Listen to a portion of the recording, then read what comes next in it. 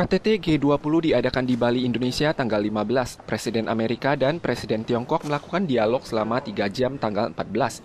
Ini adalah pertemuan tatap muka pertama antara keduanya sejak Biden menjabat sebagai Presiden Amerika. Xi Jinping menyatakan bahwa permasalahan Taiwan adalah garis merah pertama yang tidak dapat diterobos dalam hubungan Tiongkok-Amerika dan berharap dapat melihat serta tetap berkomitmen untuk menjaga perdamaian dan stabilitas di Selat Taiwan. Namun kemerdekaan Taiwan dan perdamaian serta stabilitas di Selat Taiwan merupakan isu yang tidak dapat disatukan. Biden juga mengadakan konferensi pers untuk menegaskan kembali posisi Amerika. Our one China policy has not changed. We oppose unilateral change in the status quo by either side, and we're committed to maintaining the peace and stability in the Taiwan Straits. And I do not think there's any imminent attempt on the part of China to invade Taiwan. Biden menyampaikan Amerika tidak mendukung kemerdekaan Taiwan juga tidak mendukung dua negara, serta berasumsi bahwa dalam waktu dekat Tiongkok tidak akan melakukan invasi militer terhadap Taiwan. Xi Jinping menyatakan bahwa situasi yang dihadapi kedua belah pihak saat ini tidak sesuai dengan kepentingan mendasar rakyat masing-masing, juga tidak sesuai dengan harapan masyarakat internasional. 我愿同总统先生就中美关系的战略性问题及重大的全球和地区问题，一如既往的坦诚深入的交换看法。 Kedua kepala negara sepakat bahwa tim diplomatik mereka akan menjaga komunikasi strategis dan mempertahankan komunikasi rutin untuk mendorong hubungan Tiongkok-Amerika kembali ke jalur pembangunan yang stabil. Biden akan mengirim Menteri Luar Negeri ke Beijing dalam waktu dekat untuk konsultasi pasca dialog.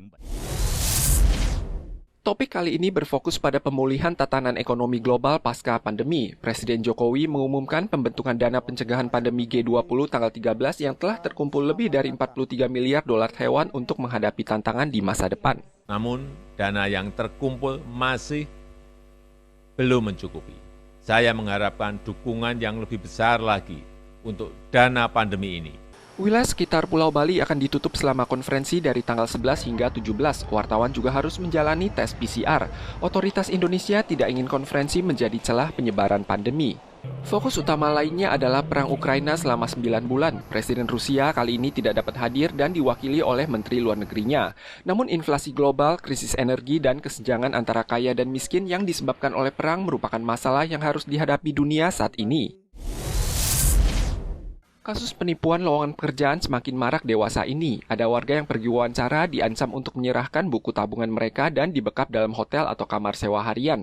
Ada yang gagal gantung diri karena tidak tahan, akhirnya berkesempatan melarikan diri dan melaporkan ke polisi.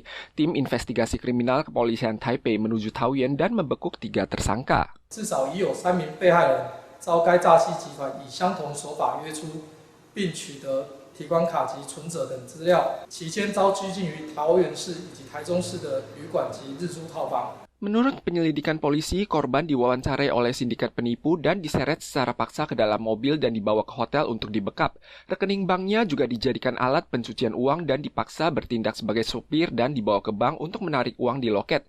Ada yang dibekap selama 2 minggu dan mencoba gantung diri karena tidak tahan siksaan. Ketiga tersangka telah dibekuk untuk diperiksa. Di antaranya tersangka bermarga Sui memiliki catatan kriminal dan latar belakang mafia. Ia divonis sesuai pidana menghalangi kebebasan. Dan di kota Taipei saja sudah ada 205 tersangka kasus penipuan yang berhasil diciduk selama setengah bulan ini.